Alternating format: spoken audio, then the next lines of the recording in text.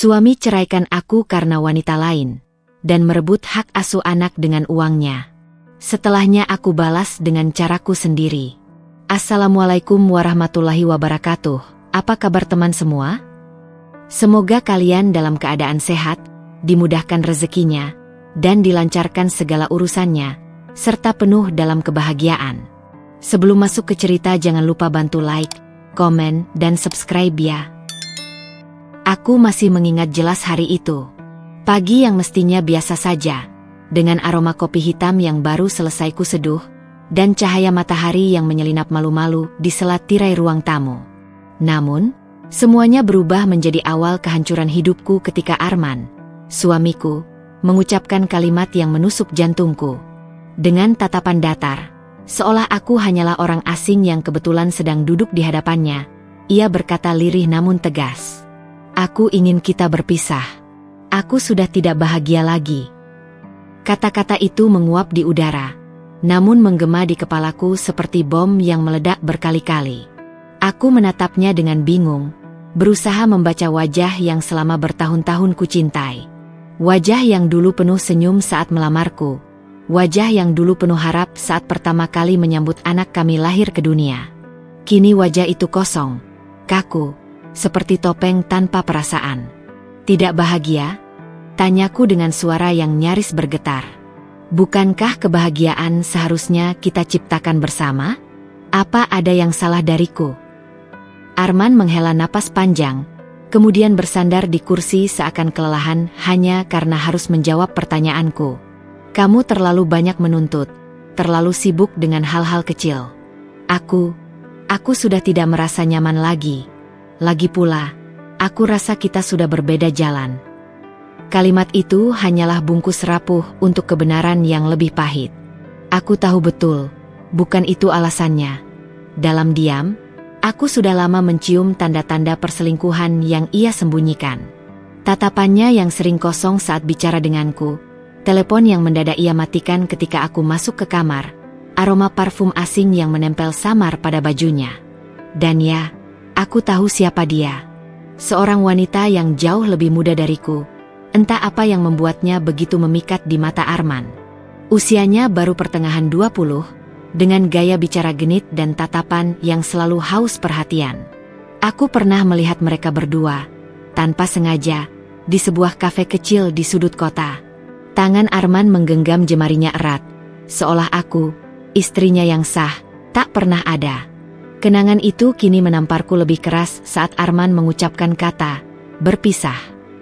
Aku terdiam cukup lama, tubuhku kaku. Seakan segala tenaga menguap dari ragaku. Rumah yang selama ini kami bangun bersama, dari hasil kerja keras dan pengorbanan, tiba-tiba terasa asing, dingin, dan penuh bayangan kelabu. Apa dia? Suaraku tercekat, namun Arman segera menoleh, menatapku tajam seakan aku menuduh tanpa bukti. Apa urusannya kalau memang ada orang lain? Toh, aku berhak bahagia, kan? Katanya dingin, tanpa sedikit pun rasa bersalah. Dadaku sesak, mataku panas. Aku ingin menjerit, ingin memaki, ingin meledak. Namun yang keluar dari bibirku hanyalah bisikan lirih. Lalu, bagaimana dengan aku? Dengan anak kita? Apa semua janji di hadapan Tuhan dulu hanya omong kosong bagimu? Arman terdiam, lalu berdiri. Bahunya tegap, langkahnya mantap, seakan keputusan itu sudah bulat. Aku sudah memutuskan. Kita akhiri saja semuanya. Lebih cepat lebih baik. Seakan itu bukan pernikahan, bukan ikatan suci, bukan rumah tangga yang bertahun-tahun kupelihara dengan air mata, doa, dan cinta. Seakan aku hanyalah beban yang bisa ia tinggalkan kapan saja ketika ia menemukan penggantinya. Aku hanya bisa duduk mematung, mendengarkan pintu kamar terbuka lalu tertutup kembali dengan suara keras. Hatiku runtuh, berserakan dalam ribuan serpihan yang tak tahu harus kukumpulkan dari mana. Hari itu, aku menyadari satu hal. Janji suci bisa retak bukan karena badai besar, melainkan karena hati yang berkhianat. Hari itu langit mendung, seakan ikut menanggung kesedihan yang menyesakkan dadaku. Aku melangkah menuju gedung pengadilan dengan dada berdebar. Setiap langkah terasa berat, seolah kakiku diseret oleh beban yang tak kasat mata. Dalam hatiku hanya ada satu doa. Semoga keadilan masih berpihak padaku. Semoga aku bisa memenangkan hak asuh Dinda. Dinda, gadis kecilku yang baru berusia 7 tahun. Senyum manisnya adalah cahaya yang selalu menuntunku melewati gelapnya malam. Tangisnya adalah panggilan jiwa yang membuatku rela bangun berkali-kali di tengah lelahku. Dialah alasan aku bertahan, alasan aku masih bernafas. Aku tidak bisa membayangkan hidup tanpa dirinya. Aku menggenggam map lusuh berisi berkas-berkas pembelaan yang kususun bersama seorang pengacara sederhana yang bersedia mendampingiku. Tidak ada biaya besar, tidak ada janji kemenangan. Yang ada hanyalah keyakinan bahwa kasih sayang seorang ibu tidak akan pernah tergantikan oleh apapun. Namun keyakinan itu mulai goyah begitu aku melihat Arman memasuki ruang sidang. Ia melangkah dengan penuh percaya diri, jas mahal membalut tubuhnya, rambut tersisir rapi, seolah ia adalah sosok pria terhormat yang datang untuk sebuah urusan kecil. Di sampingnya, berdiri seorang pengacara terkenal. Wajahnya penuh senyum tipis yang menyiratkan kesombongan. Aku menunduk, berusaha menguatkan hati. Sidang dimulai. Suara palu hakim terdengar keras, memantul di dinding ruang persidangan yang dingin. Kata demi kata bergulir, tuntutan demi tuntutan dilontarkan. Aku berusaha menjelaskan, dengan suara tercekat, bagaimana aku merawat Dinda sejak lahir. Bagaimana aku berjuang sendiri di saat Arman sibuk dengan pekerjaannya bahkan sebelum hadirnya orang ketiga. Yang mulia, saya mohon, anak saya masih kecil. Dia butuh ibunya. Saya bisa menjamin perawatan, pendidikan, dan kasih sayang yang layak untuknya, ucapku dengan air mata yang tak bisa kubendung lagi. Namun seolah semua kata-kataku hanya berhembus ke udara, menguap tanpa makna. Giliran Arman berbicara. Dengan tenang, penuh retorika, ia menyusun kata-kata yang terdengar manis di telinga hakim. Yang mulia, saya hanya ingin yang terbaik untuk putri kami. Dengan kondisi saya sekarang, saya bisa memberikan pendidikan terbaik, lingkungan terbaik, masa depan yang lebih cerah. Di saat itu, pengacaranya menambahkan dengan suara lantang, klien kami adalah seorang pria mapan, stabil secara finansial, memiliki akses luas untuk memastikan anak tersebut mendapatkan kehidupan berkualitas. Sedangkan ibu kandungnya, ia berhenti sejenak, menatapku sekilas dengan sinis, tidak memiliki penghasilan tetap dan cenderung emosional. Kami khawatir hal itu akan berpengaruh buruk pada tumbuh kembang anak. Seisi ruangan hening. Rasanya dadaku ditikam berkali-kali. Emosional? Tidak punya penghasilan tetap? Apa kasih sayang seorang ibu harus diukur dari uang? Aku mencoba menyela, ingin membela diri.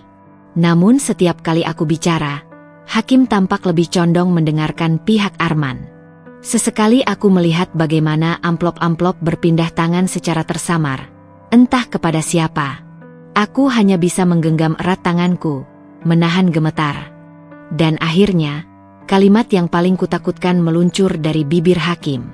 Setelah mempertimbangkan bukti dan keterangan, pengadilan memutuskan hak asuh anak jatuh kepada ayah kandung, saudara Arman. Aku merasa dunia berhenti berputar.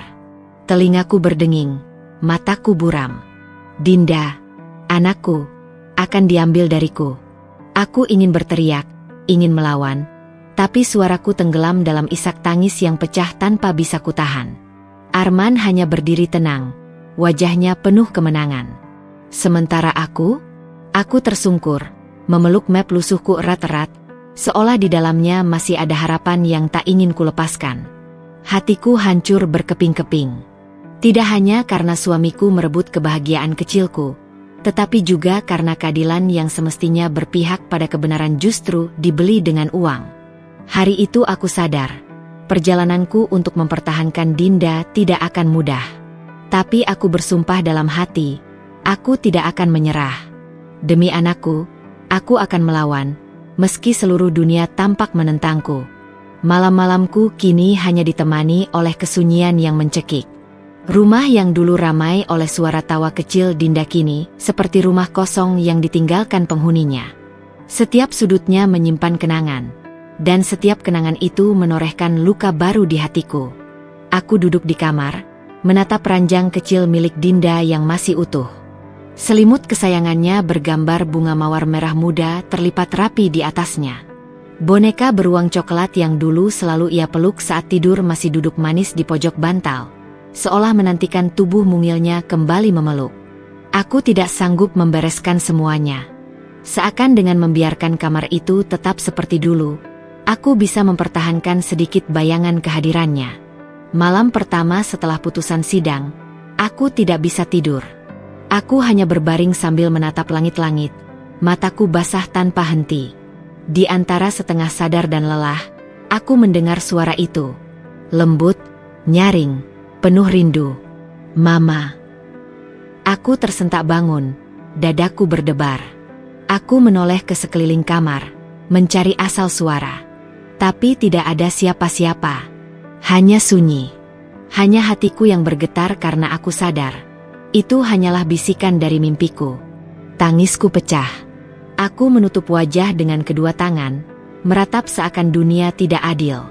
Luka seorang ibu bukan hanya karena kehilangan, tapi juga karena dipisahkan dari darah dagingnya sendiri.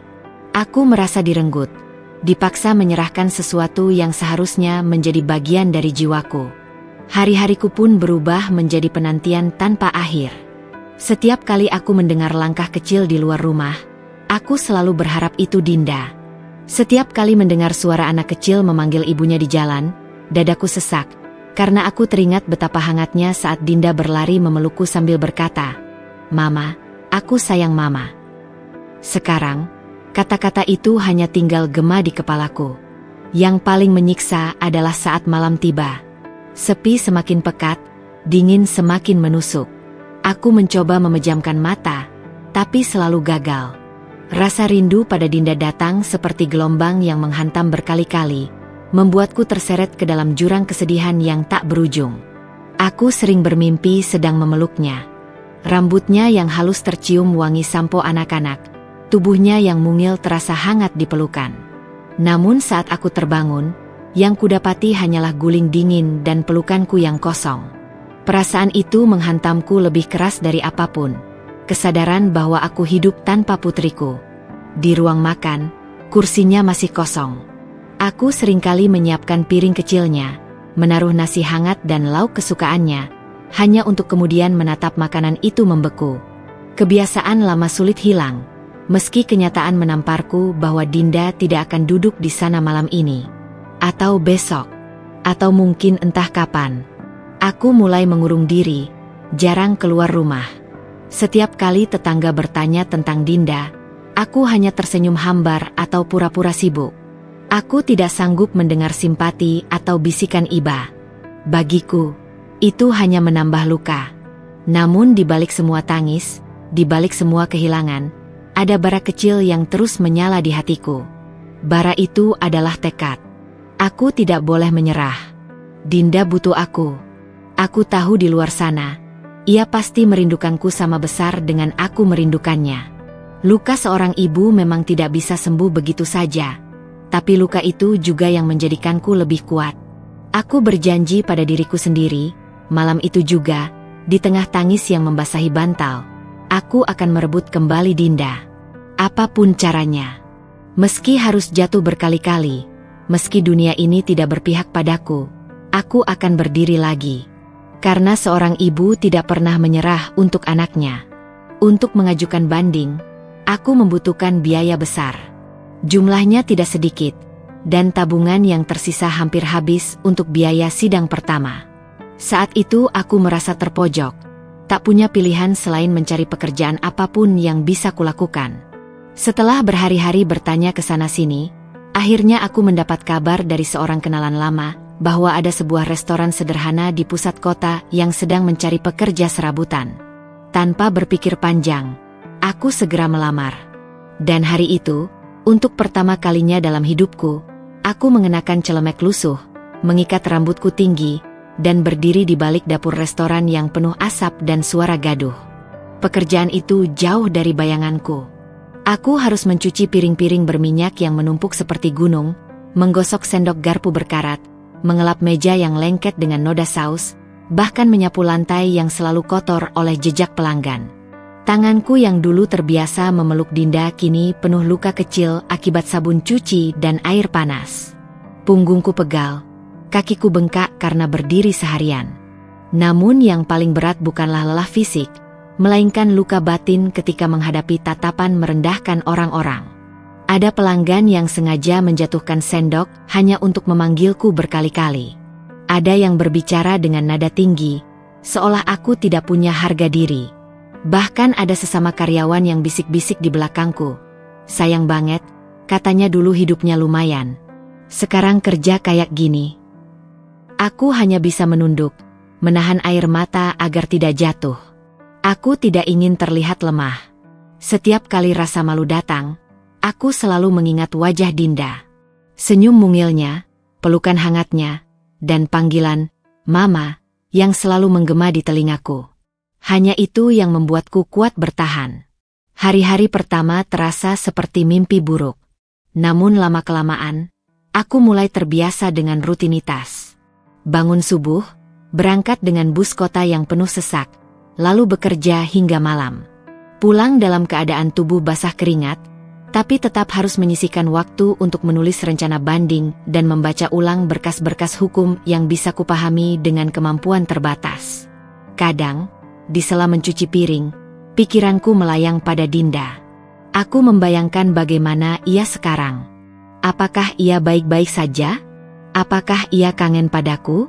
Atau justru sedang menangis karena rindu, seperti aku setiap malam? Bayangan itu membuatku semakin gigih bekerja. Seakan setiap tetes keringat yang jatuh adalah langkah kecil menuju kebebasan Dinda dari kehidupan yang tidak layak bersamanya. Namun, dunia baru yang kujalani ini juga membuka mataku. Di restoran itu, aku bertemu banyak orang yang nasibnya jauh lebih berat dariku. Ada seorang ibu tunggal lain yang bekerja untuk menyekolahkan 3 anaknya.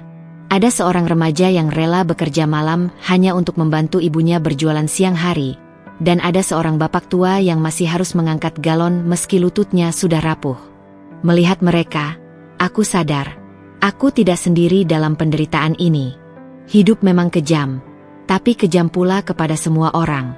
Yang membedakan hanyalah siapa yang sanggup bertahan.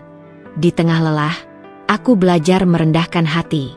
Dari seorang istri yang dulu hidup nyaman bersama suami, aku kini menjelma menjadi pelayan yang harus menunduk pada pelanggan.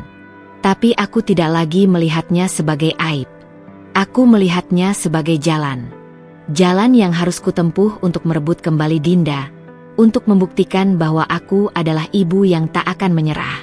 Malam itu, setelah pulang kerja dengan tubuh lunglai, aku berdiri di depan cermin.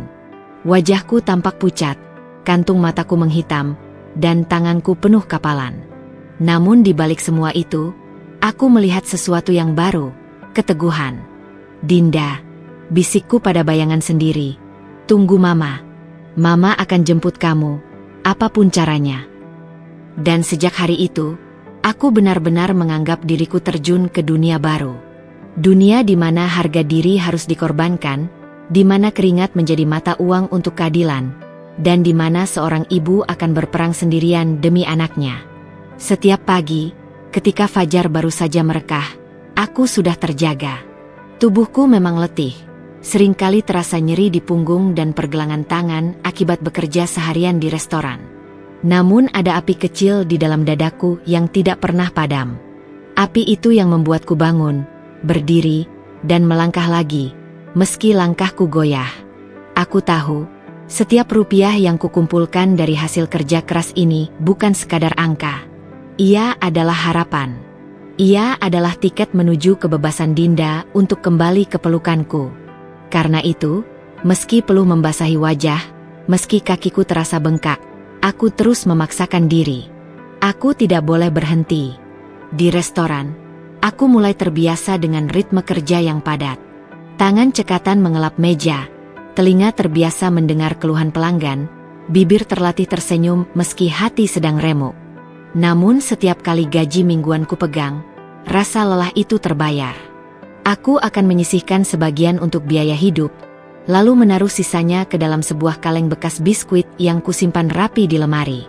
Kaleng itu kini menjadi simbol perjuanganku.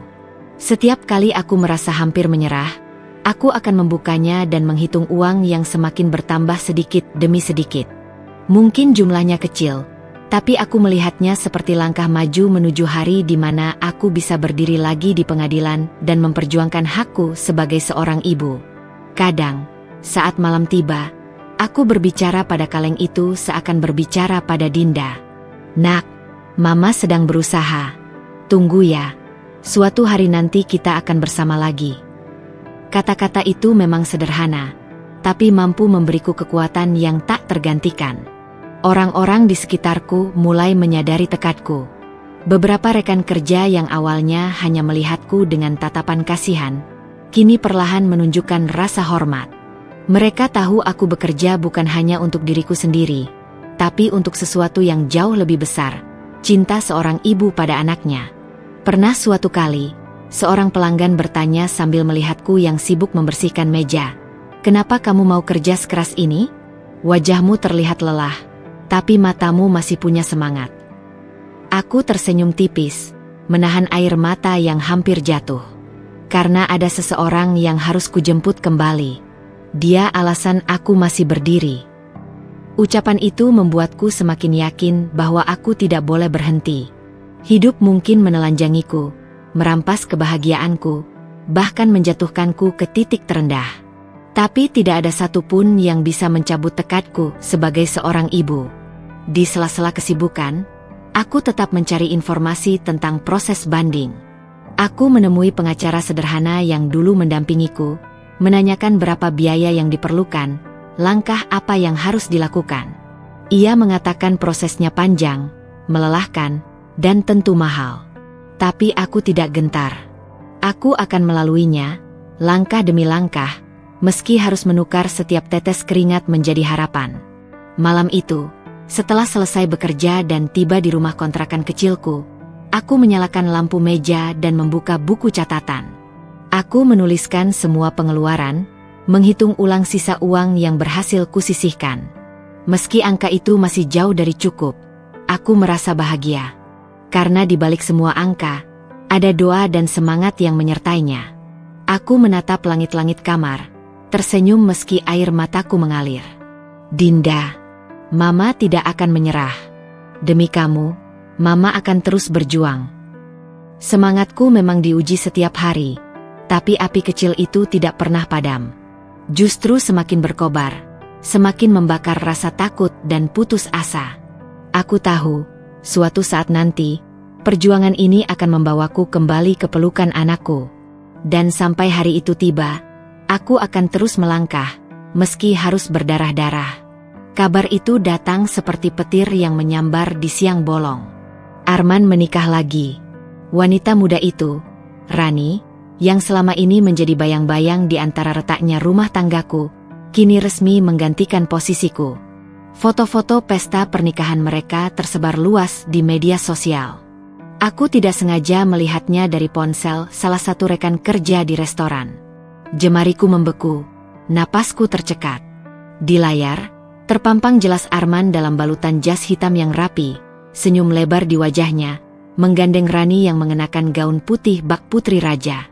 Senyum Rani tampak penuh kemenangan, seolah dunia ada di genggamannya. "Lihat deh, pesta pernikahan ini mewah banget. Katanya diadakan di Hotel Bintang 5, komentar salah satu rekan kerjaku tanpa sadar aku mendengarnya. Aku hanya bisa menunduk, pura-pura sibuk mengelap meja. Hatiku perih. Rasanya seperti disayat perlahan. Tapi aku tak boleh menunjukkan luka itu di depan orang lain. Pesta itu memang megah. Balon putih menghiasi langit-langit, bunga mawar impor memenuhi ruangan, musik orkestra mengalun lembut. Semua tamu mengenakan busana elegan, berfoto di panggung berhias lampu kristal. Dari foto-foto itu, aku bisa melihat bagaimana mereka menampilkan kebahagiaan palsu, menutupi kebenaran bahwa rumah tangga baru itu berdiri di atas reruntuhan hatiku dan masa depan anakku. Sementara aku hanya seorang pelayan restoran dengan seragam sederhana. Tanganku basah oleh sabun cuci piring. Tubuhku pegal setelah seharian bekerja. Tidak ada bunga mawar, tidak ada orkestra, tidak ada tamu yang memuji. Yang ada hanya dinginnya dapur restoran dan tumpukan piring kotor. Aku menahan perih itu sendirian. Kadang, saat aku berhenti sejenak di belakang dapur untuk menarik napas, air mataku mengalir tanpa izin. Tapi segera kuusap cepat-cepat, takut terlihat oleh rekan kerjaku. Mereka tidak perlu tahu betapa hancurnya aku. Yang paling menusuk hatiku bukanlah pesta megah itu, melainkan kenyataan bahwa Dinda ada di sana. Aku tahu Arman pasti membawa anakku, memperlihatkan pada semua orang bahwa kini mereka adalah keluarga bahagia.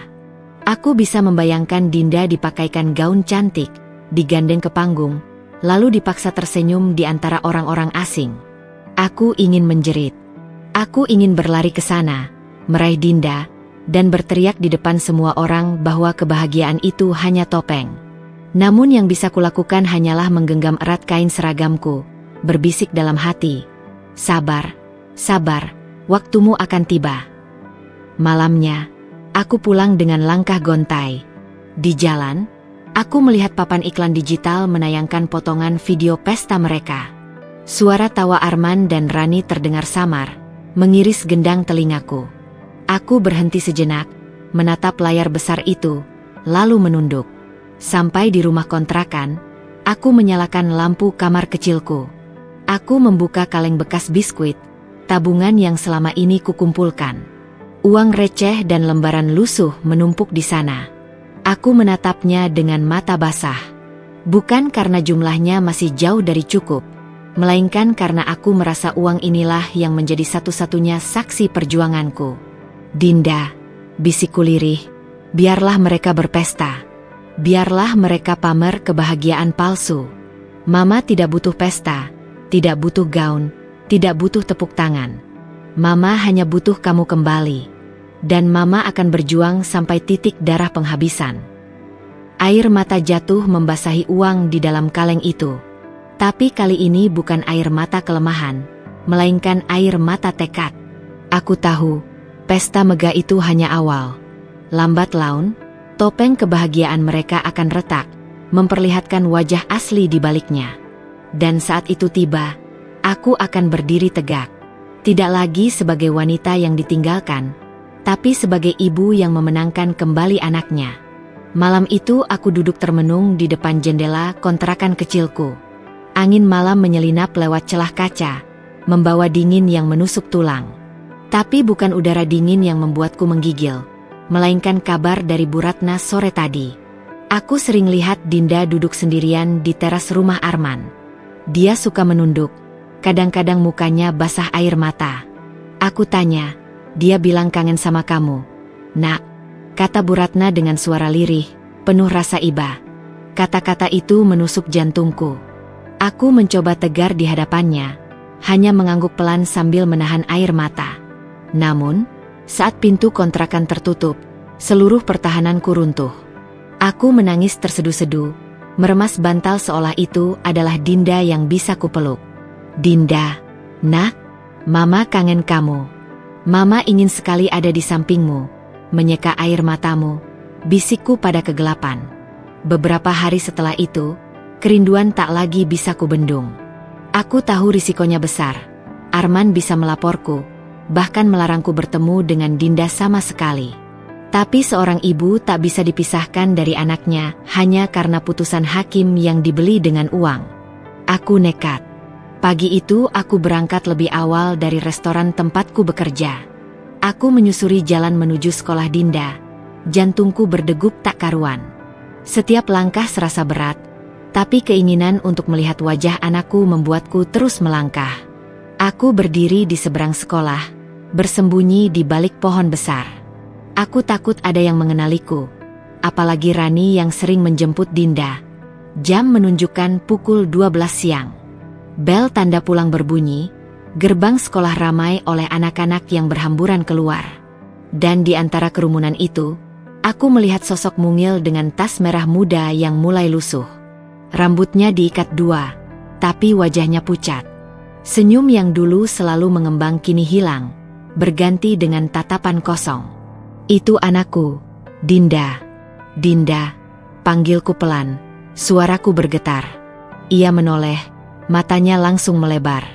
Dalam sekejap, wajah muram itu berganti dengan cahaya kebahagiaan yang sulit kugambarkan. "Mama," serunya tertahan, seolah takut ada yang mendengar. Dinda berlari, tasnya berguncang, dan ia langsung memelukku. Tubuh kecilnya gemetar dalam pelukanku. Aku terkejut sekaligus hancur. Kenapa anak sekecil itu harus memendam ketakutan sebesar ini? "Mama kangen sekali sama kamu, Nak," bisikku sambil mengusap rambutnya. Tangisnya pecah di dadaku. "Aku nggak betah, Ma." Tante Rani galak. Kalau aku salah sedikit, dia marah. Aku juga nggak boleh bilang nama Mama. Aku cuma boleh panggil dia Mama. Padahal aku nggak mau. Aku cuma mau Mama. Aku tercekat, nafasku sesak. Hatiku perih mendengar pengakuan itu. Betapa kejamnya seorang wanita yang merebut suami orang, lalu tega menekan seorang anak yang bahkan belum mengerti arti rumah tangga. "Dinda, sayang, sabar ya. Mama janji, Mama sedang berusaha supaya kita bisa tinggal bareng lagi. Percaya sama Mama," ujarku dengan suara parau. Dinda mengangguk pelan, matanya masih penuh air. Ia merogoh saku rok sekolahnya dan mengeluarkan sebuah buku kecil dengan sampul Hello Kitty. "Ini, Ma, buku harian aku. Aku tulis semua di sini. Kalau aku kangen Mama, aku tulis. Kalau aku dimarahin, aku tulis. Aku nggak bisa cerita sama siapa-siapa, jadi aku tulis biar Mama tahu." Aku menerima buku itu dengan tangan bergetar. Rasanya seperti memegang sepotong hati anakku sendiri. Aku menatapnya dengan mata berkaca-kaca, lalu mengecup keningnya. "Terima kasih, sayang. Mama akan baca semuanya. Kamu hebat sekali." Namun kebahagiaan singkat itu harus segera terhenti. Dari kejauhan, suara Rani terdengar lantang, memanggil nama Dinda dengan nada kasar. "Dinda Aa, cepat ke sini. Jangan lama-lama." Tubuh Dinda menegang, wajahnya pucat seketika. Ia menatapku dengan panik. "Mama, aku harus pergi," katanya terburu-buru. Aku mengangguk, menahan tangis yang siap meledak. "Pergi, sayang. Jangan bikin dia marah. Tapi ingat, Mama selalu ada di hatimu." Dinda memelukku sekali lagi dengan cepat, lalu berlari kecil menuju arah suara Rani. Aku hanya bisa berdiri mematung, melihat punggung mungilnya menjauh, digandeng paksa oleh wanita itu. Air mataku akhirnya jatuh deras. Buku kecil di tanganku kugenggam erat, seolah itu adalah jembatan terakhir yang menghubungkan aku dengan anakku. Malam itu, saat aku membuka halaman demi halaman, tulisannya yang sederhana tapi tulus menembus hatiku. "Dear Mama, aku kangen Mama. Dear Mama, aku dimarahin lagi. Dear Mama, aku pengen peluk Mama." Setiap kalimat seperti belati yang menusuk tanpa henti. Namun, dari luka itu tumbuh kekuatan baru. Aku sadar, perjuangan ini belum berakhir. Justru baru dimulai. Dan aku bersumpah, aku tidak akan berhenti sampai Dinda kembali ke pelukanku.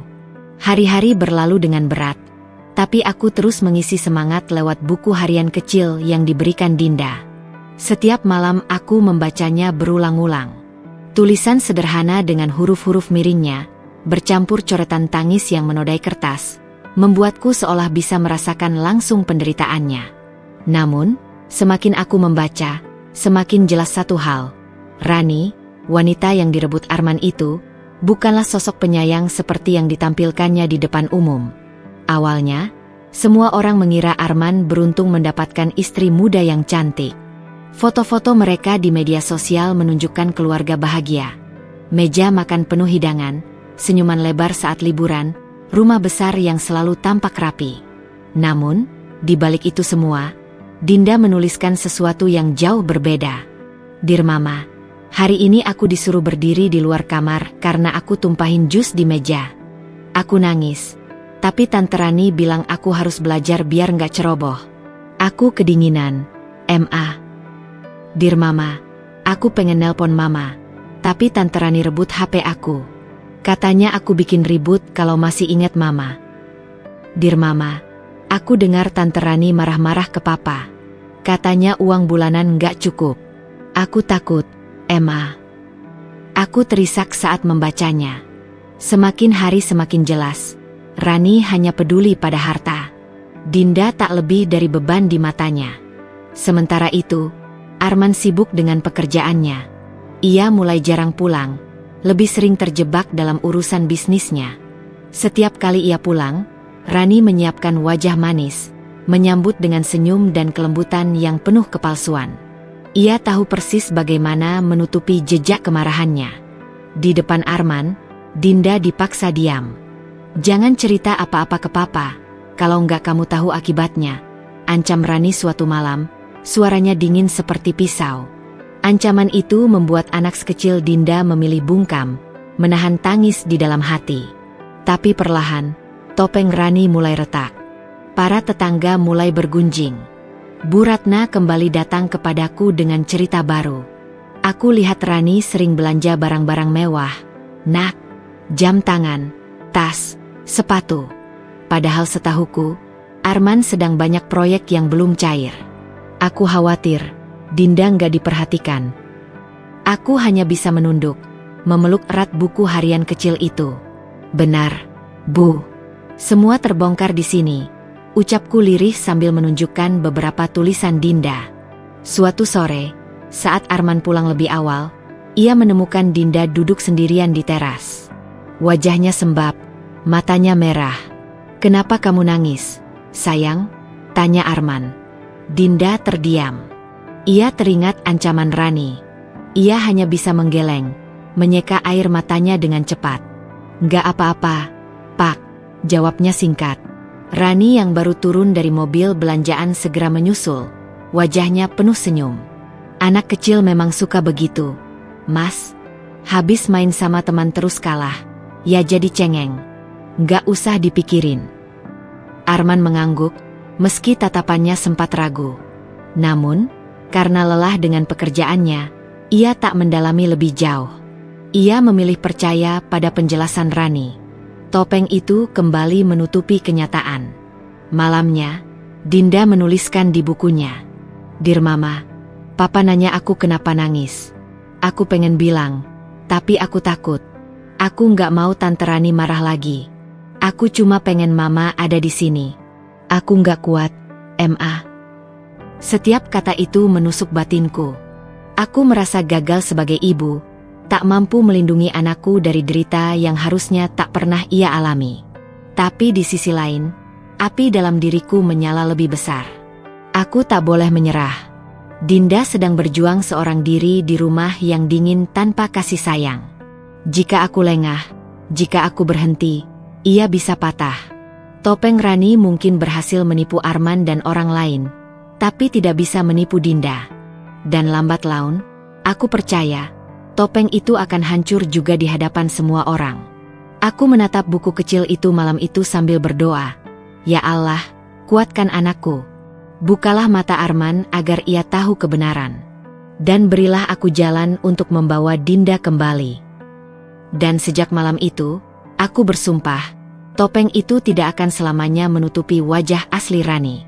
Saat waktunya tiba, aku akan memastikan Arman melihat sendiri penderitaan anaknya. Langkah kakiku terasa gontai sore itu, meski hatiku penuh debar. Sejak terakhir kali bertemu Dinda secara sembunyi-sembunyi, kerinduan itu semakin tak terbendung. Aku tahu, setiap pertemuan singkat dengannya penuh risiko, tapi sebagai seorang ibu, aku rela menanggung semua akibatnya. Aku berdiri di seberang gerbang sekolah, menyamarkan diri dengan kerudung lebar dan masker sederhana. Anak-anak mulai berlarian keluar. Wajah-wajah mereka penuh tawa setelah seharian belajar. Tapi di mataku, hanya ada satu sosok yang kutunggu. Dan akhirnya aku melihatnya. Dinda keluar perlahan, tas merah mudanya menggantung lemah di punggung. Langkahnya pelan, wajahnya tertunduk. Ia tampak berbeda dari anak-anak lain. Tak ada senyum, tak ada tawa. Seolah ada beban berat yang menindih pundaknya yang kecil. "Dinda," panggilku lirih. Kepalanya terangkat. Tatapannya mencari sumber suara itu, hingga matanya berhenti padaku. Dalam sekejap, wajah murung itu pecah menjadi isak. Ia berlari tanpa peduli sekitar, langsung memelukku erat-erat. "Mama ah!" Tangisnya meledak, tubuh mungilnya gemetar di dadaku. Pelukannya begitu kuat, seakan takut aku menghilang lagi. Aku menahan air mata, tapi tak berhasil. Bahuku ikut bergetar. "Mama di sini, sayang. Mama selalu ada buat kamu," bisikku. Tangisnya makin keras. "Ma, tolong, aku nggak mau balik. Aku nggak kuat lagi tinggal sama Tante Rani. Dia jahat, Ma. Aku pengen pulang sama Mama. Bawa aku pergi, Ma. Bawa aku pulang." Kata-kata itu menghantam jiwaku seperti badai. Aku menutup mata, menahan sesak yang hampir meremukkan dadaku. Seorang anak kecil seharusnya tak pernah mengucap permohonan seperti itu. Permohonan untuk diselamatkan dari rumahnya sendiri. Aku mengusap rambutnya, mencium keningnya lama-lama. "Sabar ya, sayang. Mama janji, Mama akan bawa kamu pulang. Tapi sekarang kamu harus kuat dulu. Mama sedang berjuang lewat pengadilan. Doakan Mama ya." Dinda menatapku dengan mata berkaca-kaca, penuh luka. Tapi aku gak kuat, Ma. Aku kangen Mama tiap hari. Aku nangis tiap malam. Aku nulis surat-surat buat Mama, tapi gak ada yang bisa aku kasih. Aku cuma punya buku itu. Aku mengangguk, menggenggam tangannya erat. Mama baca semua tulisannya. "Sayang, Mama tahu kamu kuat. Kamu anak yang hebat. Dan janji Mama, suatu hari nanti kita nggak akan terpisah lagi." Waktu berjalan cepat. Kerumunan orang tua yang menjemput anak-anak semakin menipis. Dari kejauhan, aku melihat sosok Rani datang dengan mobil mewahnya. Jantungku langsung berdebar kencang. "Dinda, kamu harus pergi sekarang. Jangan sampai dia curiga," ucapku tergesa, meski hatiku menjerit ingin menahan Dinda lebih lama. Tapi anak itu menggeleng. Ia memelukku lebih erat lagi. "Aku nggak mau lepas, Ma. Aku mau ikut Mama sekarang." Air mataku mengalir deras. Aku ingin sekali menuruti keinginannya, membawanya kabur, melarikan diri entah kemana. Tapi aku tahu, hukum bisa menjeratku jika aku nekat. Aku bisa kehilangan hak untuk melihat Dinda sama sekali. Dengan berat hati, aku melepaskan pelukannya perlahan. Aku berlutut agar sejajar dengan matanya. "Dinda, percayalah sama Mama. Kalau kamu benar-benar mau ikut Mama, doakan Mama supaya menang di pengadilan. Itu satu-satunya cara kita bisa bersama lagi, tanpa takut siapapun." Ia terisak, tapi akhirnya mengangguk, meski wajahnya penuh duka. "Iya, Ma. Aku akan doa tiap malam. Janji ya, Ma. Jangan tinggalin aku." Aku mengangguk cepat, memeluknya sekali lagi, seolah ingin menanamkan kekuatan dalam dirinya. "Mama nggak akan pernah ninggalin kamu. Nak, kamu selalu di hati Mama. Selalu." Tak lama, suara Rani terdengar lantang, memanggil Dinda. Anak itu menoleh dengan wajah pucat, lalu menatapku sekali lagi, seakan ingin mengabadikan wajahku dalam ingatannya. Lalu, dengan langkah berat, ia berjalan ke arah mobil itu. Aku berdiri kaku, dadaku sesak. Dari balik kaca mobil, aku sempat melihat tatapan sinis Rani yang menusuk ke arahku. Senyum tipisnya penuh ejekan, seolah berkata bahwa ia masih berkuasa. Namun, pelukan Dinda sore itu menyalakan api yang lebih besar dalam diriku. Aku tak lagi hanya ingin mencoba. Aku harus berhasil. Banding ini bukan sekadar perkara hukum, tapi soal hidup dan mati bagi jiwa seorang anak. Dan aku bersumpah, aku tidak akan berhenti sampai Dinda kembali dalam pelukanku. Hari itu udara pengap, langit mendung seakan ikut menahan napas menunggu hasil dari perjuanganku. Setelah berbulan-bulan bekerja keras, mengumpulkan uang dari mencuci piring, menyapu lantai, hingga melayani pelanggan restoran, akhirnya aku bisa mengajukan banding. Semua pengorbanan, semua keringat yang menetes, kini bergantung pada ruangan besar dengan dinding kayu tua yang dingin, ruang sidang. Aku duduk di kursi penggugat, mengenakan baju sederhana yang kusetrika berkali-kali semalam. Tanganku gemetar, tapi hatiku bulat. Di seberang, Arman duduk dengan tenang, jasnya rapi, rambutnya disisir klimis. Di sampingnya, pengacara mahal yang dulu membuatku kalah masih setia mendampinginya. Sesekali, aku melihat Rani duduk di kursi pengunjung. Wajahnya angkuh, bibirnya melengkung tipis penuh kepuasan. Namun kali ini, aku tidak datang dengan tangan kosong. Aku menyiapkan segalanya. Hakim membuka sidang dengan suara berat, lalu memberi kesempatan padaku untuk menyampaikan tuntutan. Dengan napas dalam, aku berdiri. Yang Mulia, saya mengajukan banding atas hak asuh anak saya, Dinda. Saya membawa bukti-bukti bahwa selama berada di bawah asuhan ayahnya dan ibu tirinya, Dinda mengalami perlakuan yang tidak layak. Anak saya menderita, Yang Mulia. Aku menyerahkan map berisi foto-foto, surat dari sekolah, dan catatan harian Dinda yang sempat kubacanya dengan air mata. Kemudian, aku memanggil saksi yang sangat berarti, Bu Lestari, wali kelas Dinda. Wanita parubaya itu berdiri dengan wajah tegas. Yang Mulia, saya guru dari anak yang bersangkutan. Saya sering melihat Dinda datang ke sekolah dengan wajah pucat dan mata bengkak. Beberapa kali, saya mendapati luka kecil di tangannya. Saat saya tanyakan, ia hanya diam dan menunduk. Saya khawatir, anak itu mengalami tekanan psikologis yang berat. Ruangan sidang bergemuruh. Beberapa pengunjung saling berbisik. Rani tampak gelisah, menatap Arman dengan tatapan penuh kecemasan. Hakim mengangguk, lalu mencatat keterangan itu. Apakah ada saksi lain? Aku mengangguk. Kali ini aku memanggil Pak RT dari lingkungan rumah Arman. Yang Mulia, ucap Pak RT, saya beberapa kali mendengar anak itu menangis di malam hari. Tetangga juga sering mengeluhkan teriakan-teriakan dari rumah. Kami khawatir, tapi tak berani ikut campur karena keluarga itu terlihat berkuasa. Semakin banyak keterangan yang keluar, wajah Arman mulai berubah. Ia tak lagi setenang tadi. Rani bahkan sempat memalingkan muka, tak berani menatap hakim. Giliran pengacara Arman bicara, ia berusaha menyangkal semua tuduhan. Yang Mulia, ini hanyalah upaya dari pihak ibu untuk mencemarkan nama baik klien saya. Tidak ada bukti nyata bahwa anak tersebut diperlakukan buruk.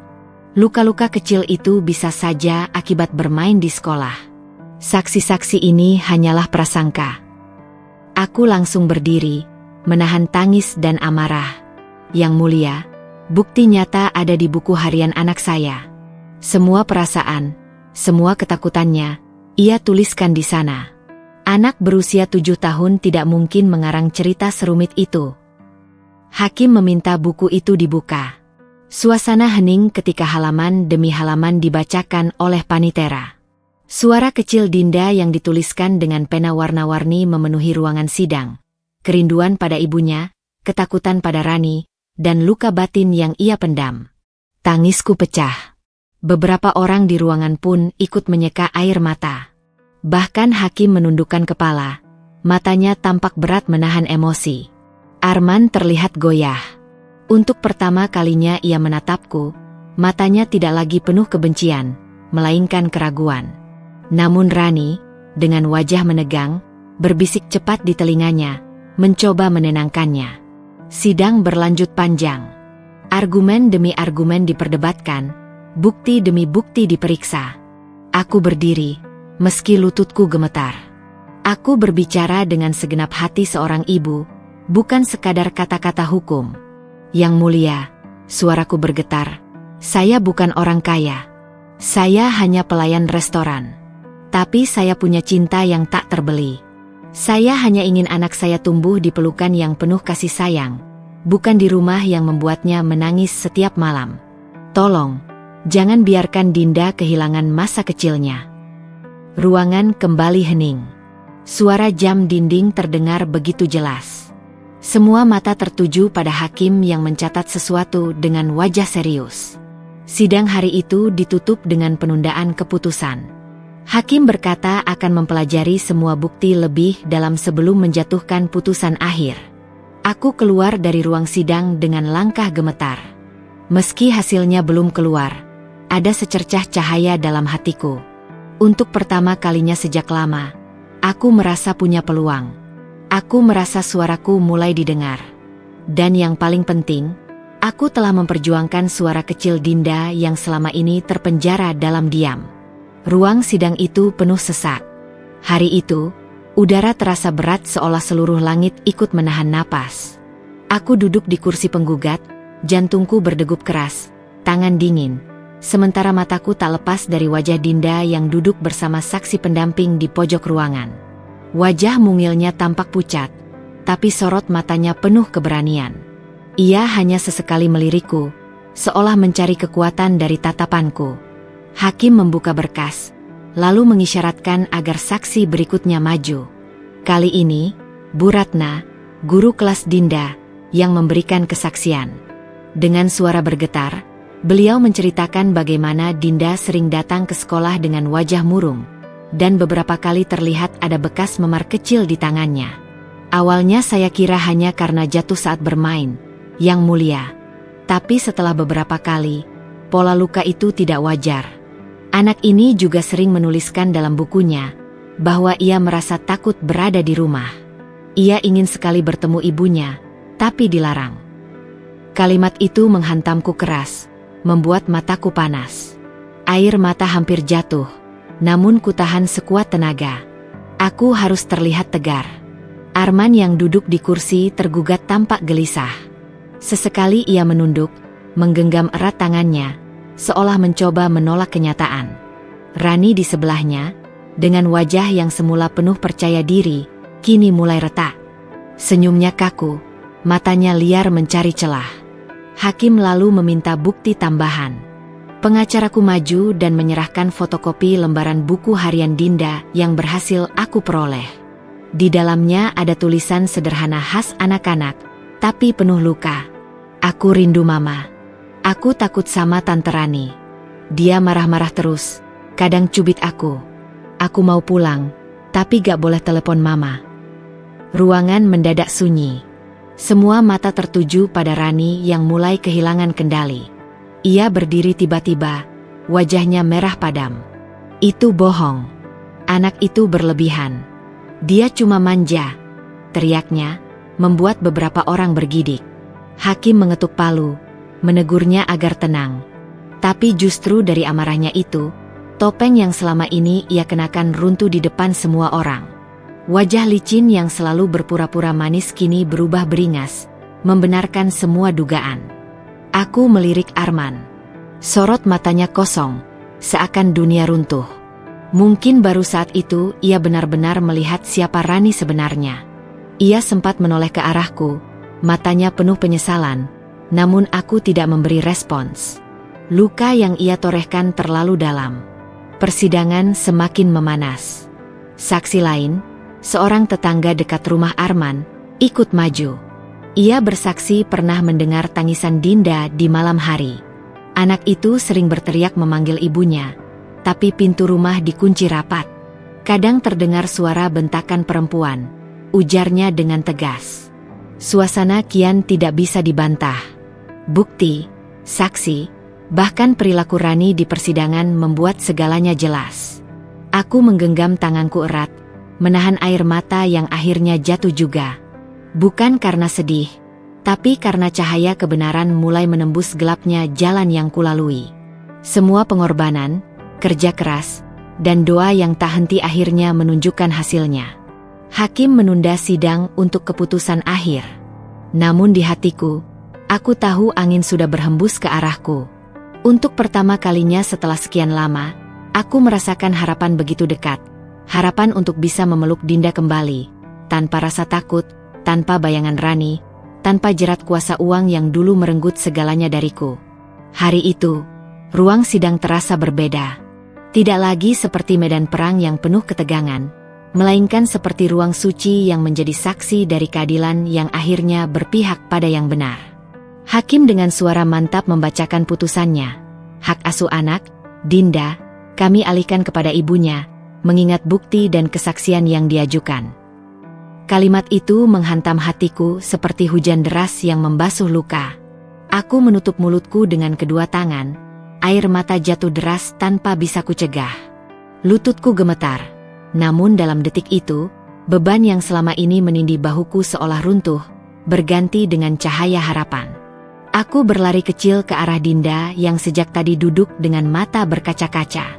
Ia langsung bangkit dan berlari ke arahku. "Mama Aa," suaranya pecah, penuh kerinduan yang selama ini tertahan. Aku merengkuhnya dalam pelukan erat, seolah takut dunia kembali merebutnya dariku. Tubuh mungilnya menempel erat di dadaku, hangat, nyata, dan begitu rapuh. Aku menciumi kepalanya tanpa henti, air mataku membasahi rambutnya. "Maafkan Mama, Nak. Maafkan Mama karena kau harus menderita selama ini. Sekarang kita bersama lagi. Mama janji, Mama tidak akan pernah melepaskanmu lagi." Tangisan Dinda mengguncang tubuhnya. "Aku kangen Mama, aku takut. Mama, tiap malam aku doa supaya bisa pulang. Sekarang aku bisa pulang ya, Ma?" Tanyanya dengan suara kecil yang menancap di hatiku. Aku mengangguk, meremas tangannya kuat-kuat. "Iya, Nak. Mulai hari ini, kau pulang bersama Mama. Tidak ada yang bisa memisahkan kita lagi." Arman duduk di kursi tergugat, wajahnya pucat. Ia menunduk, tidak mampu menatapku maupun Dinda. Di sisinya, Rani menutup wajah dengan kedua tangan, kalah telak di depan semua orang. Untuk sesaat, aku melihat penyesalan di mata Arman ketika ia mencoba melirik ke arah Dinda, tapi putriku memalingkan wajah. Ia memilih menggenggam tanganku erat-erat, seolah menunjukkan pada dunia siapa yang selalu ia rindukan. Keluar dari ruang sidang, udara pagi terasa begitu segar. Langkah kakiku ringan meski tubuhku lelah. Di tanganku, jemari kecil Dinda menggenggam tak mau lepas. Kami berjalan menyusuri halaman pengadilan, dan orang-orang menatap kami dengan senyum simpati. Beberapa bahkan menepuk bahuku, memberi ucapan selamat. Hari itu, aku tidak langsung pulang ke rumah. Aku membawa Dinda ke taman kecil dekat alun-alun kota. Kami duduk di bangku kayu, hanya untuk menikmati kebebasan yang sudah lama direnggut. Dinda makan es krim kesukaannya, wajahnya berseri-seri, meski sesekali masih menyeka air mata. "Mama, rumah kita masih kecil nggak apa-apa, kan? Aku nggak mau rumah besar, asal sama Mama," katanya polos. Aku menahan tangis, tersenyum sambil mengelus pipinya. "Iya, Nak, rumah kita kecil, tapi hatinya besar. Karena ada cinta yang tidak bisa dibeli dengan uang." Malam harinya, untuk pertama kali dalam waktu yang lama, rumahku kembali hidup. Suara tawa Dinda memenuhi ruang sederhana itu.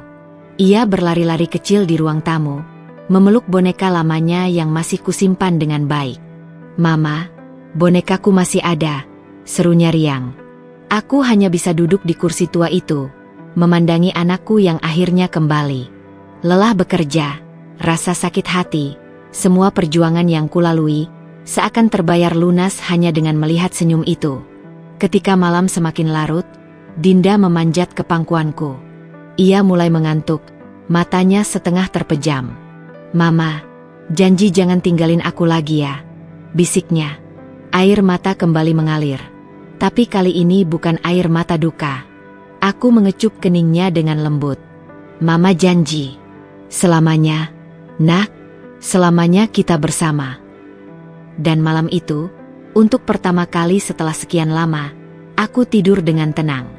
Bukan dalam kesepian, bukan dalam mimpi semu, tapi dengan kehangatan nyata seorang anak yang kembali ke pelukan ibunya.